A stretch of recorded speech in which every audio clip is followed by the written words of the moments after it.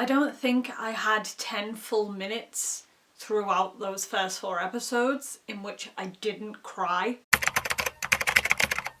Hello everybody, it's Katie here, and this week we finally got season 3 of Heartstopper, and oh boy, was it an emotional roller coaster. So I'm not going to bother with a spoiler-free review. There's no point, I'd rather just discuss. So if you haven't yet seen season 3, then fair warning, click away from the video. But for those of you who have, how much do you need therapy now? Let's discuss. So first things first, I knew that this season was going to be difficult to watch. Everybody who's read the comic will know. But oh boy, it was heavy. Those first 4 episodes were just so emotionally draining. It felt kind of suffocating to watch at times. And I don't mean that in a bad way. It was such a perfect adaptation of what we have seen from the comics. Like, everything about it was just so beautifully done. And I'm just so happy that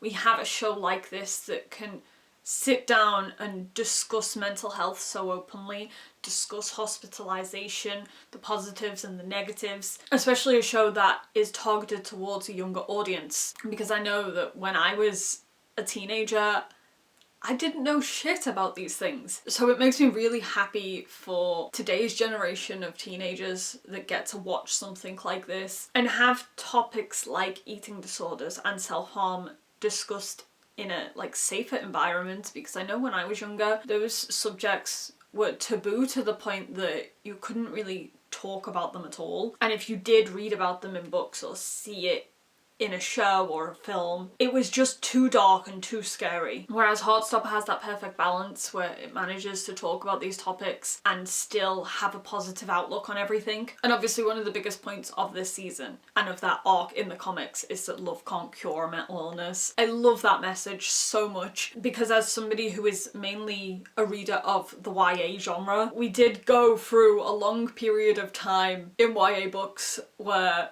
the love interest would seemingly solve every problem, and that's not how it works. Like, I know it's fiction and it's supposed to be an escape from reality, but it's such a dangerous message to have characters who are going through difficult times and then they have a love interest and suddenly things get better. Heartstopper shows us that you can have the perfect boyfriend and the perfect relationship and still be mentally all over the place. And this season is about Charlie learning how to love himself and want to get better for him, not for anybody else. So yeah, I have absolutely no criticism in how any of that was handled this season. It was just so perfect. I did cry a lot, and I knew that I was going to cry. I've said before that my sister and I relate to Tori and Charlie more than the average reader.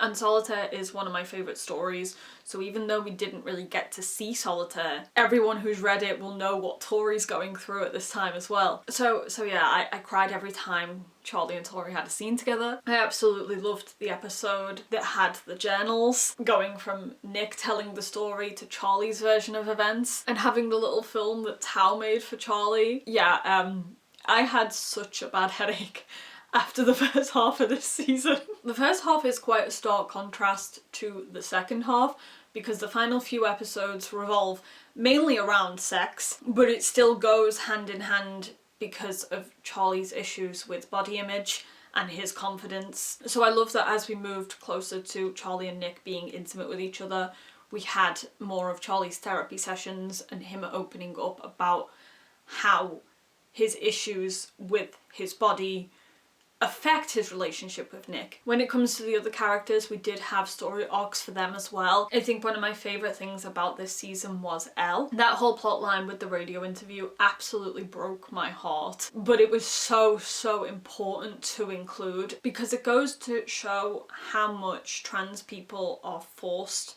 to speak up on what people call the trans debate. Some trans people are heavily involved in trans rights and campaigning, and rightly so, because it needs as much attention as it can get. But so many trans people also just want to live their life like everybody else, and they shouldn't be forced to talk about their identity whenever there is a spotlight on them. And even though this is fictional. We know for a fact that this happens. If you go for an interview about something, but you're such a small minority, like trans people are, they're going to bring up being trans, even though that's got nothing to do with what they are trying to celebrate about themselves. And it's heartbreaking in how it shows how this society that we're in at the moment forces trans people to think about their gender identity all the time as well. Because obviously being trans is a huge part of Elle's life, but so far in the show she doesn't discuss it that much because she is just trying to live her life. But because of that interview, you can tell that she's thinking about it more and more.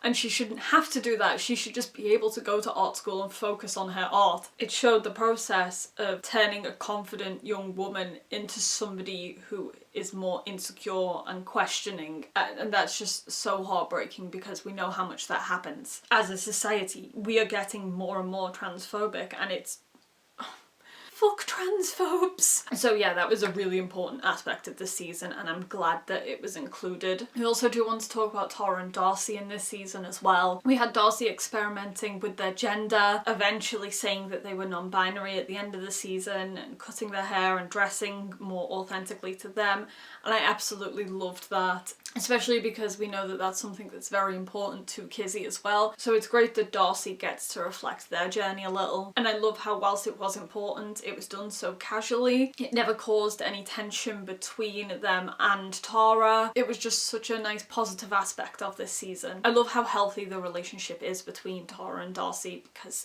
the whole Darcy moving into their nan's plotline wasn't made into a drama either. It was just something that they talked about and got over, which I'm glad about because Darcy had a terrible time in season 2, so they deserve to have a much more chill time this season. And then we have poor Tara, who has had so much pressure piled onto her by everything that it ends up building into a panic attack. I absolutely adored how that panic attack was shown, because anybody who's had a panic attack will know how terrifying it is and how there might not be any signs of it coming to people around you. And I loved how Charlie was able to help her through that, because he's obviously been getting better in his mental health through therapy, and it was just such a wholesome moment. I do feel like Tara's story was kind of rushed over a little bit, but I completely understand why, because there was just no time for everything in this season. Like, this season was non-stop, it was so packed. Which leads me perfectly into talking about Tori Spring. You don't need me to tell you how much I love Solitaire and how much I have been looking forward to Michael Holden being included in this show. They are my babies right there. I was so happy to finally have Michael, and you know, let me just get this out there. He was perfect. I need to see more of him immediately. I can't wait to see how the relationship between him and Tori develops. I know this is Heartstopper. I said this in my trailer reaction as well. Like, I know it's not about Solitaire, but as somebody who loves Solitaire so much, it did hurt just a little bit to have that time gap between episode 5 and 6 where I know that Solitaire took place and we didn't get to see it. I think having Michael in this season just made it worse, because I would love to see Tori and Michael's story come to life, and I know that's not going to happen in the way I want it to, because like I said, this is Heartstopper, it's about Nick and Charlie and their friendship group. It's not about Tori and Michael. But I'm allowed to be a little bit mad. I am. Because I wouldn't even like Heartstopper if not for Solitaire. You know? But I absolutely did appreciate that we got more of Tori in this season. And we got more hints to the Tori that we know from Solitaire as well, because she was on her blog at one point. And obviously she met Michael. Different to how it was in Solitaire. But I was a little bit sad over the Ferris wheel scene, because Tori is supposed to open up about her asexuality to Charlie in that moment and say that her and Michael aren't a straight couple, and that conversation doesn't happen. I didn't know that Alice had said in advance that that wasn't going to be included, so I was kind of like, why are we not talking about this when that scene happened? But then afterwards I saw people saying that Alice had said previously that it wouldn't be in season 3 because there was no time, which I understand, but it did crush me just a little bit. And hopefully we will get that in some way in season 4.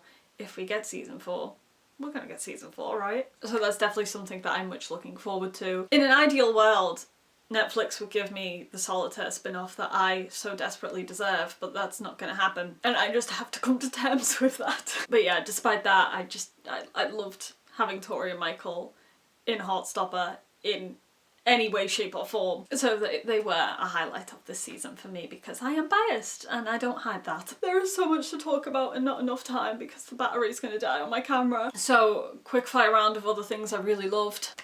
The teachers. The teachers are so unbelievably cute, and I'm glad that we got to see more of their little developing relationship in this season. But I will say that the scene where Mr. Farouk tells Charlie that it's important for him to apply for head boy because kids need somebody like him to look up to. And then we had a really quick flashback of Mr. Farouk as a kid in the classroom.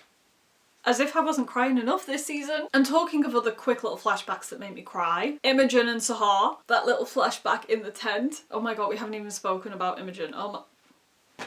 Talking of other highlights in the show, I absolutely adore the fact that Imogen went from being an ally to just a straight up lesbian. That's the pipeline we want to see. No, in all seriousness, I did love her slow realisation that she's interested in girls romantically and not boys. She's such a wonderful addition to the show as well. Like, she was not a thing in the comics and yet she's ended up one of my favourite characters because she's just so adorable. I loved the relationship between her and Sahar, and although they decided that they'd be better off as friends, I need to see them be together because they are adorable. So yeah, another important part of this season was Isaac. Him talking about AOAs also made me cry. Obviously I cried about everything in the season and we just need to get over that. I feel so validated watching Isaac. Just the way he is constantly third wheel. That was me in high school. The way he's always just reading books because he feels left out. That was also me in high school. The way he's scared of his friends not understanding things about him. That's also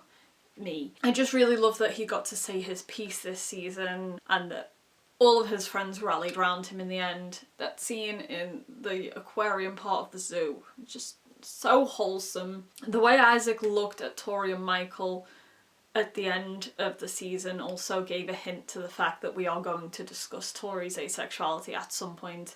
I need an Isaac and Tori conversation, please. How many other things have I forgotten to mention? Hayley Atwell, oh my god. Hayley Atwell. I know it was very sad to not have Olivia Colman in this season and it would have been such a beautiful scene with Olivia, but you know what? Hayley really was the second best thing that we could have possibly had. She was just so perfect for that conversation with Nick, and she's also very, very beautiful and I'm glad I got to look at her. And speaking of other beautiful people in this show, hello Jonathan Bailey. Best cameo that they could have possibly done. I am obsessed. Nick was so valid for completely stumbling over his words. I genuinely do not have enough time to talk about everything that I want to talk about, but I just want to mention that I loved seeing the friendships developed in this season as well. My heart hurt for Tao when he realised that he'd been focusing so much on Elle that he hadn't seen Charlie struggling, so I love that they got to talk about that. I also really love Nick and Tara. Their relationship is so cute. I love how they always go to each other when they need to talk about stuff. Nick bringing her Henry to cheer her up. Genuinely, this show just always makes me wish that I had a friendship group like theirs. Where is my cute, wholesome queer friendship group at? So yeah, I need to try and wrap this video up, even though I know there is so much that I haven't spoken about, so please feel free to yell about this season down in the comments. Talk to me about everything. There was just so much packed into those 4 hours. I am eagerly anticipating the season 4 announcement because it's totally happening. But yeah, it was an absolute banger of a season and I need to see more. So please do let me know all of your favourite moments. Or was there anything that disappointed you? Anything you wish had been included or focused on a lot more? Let me know. I will see you next time. Thank you guys so much for watching. Bye!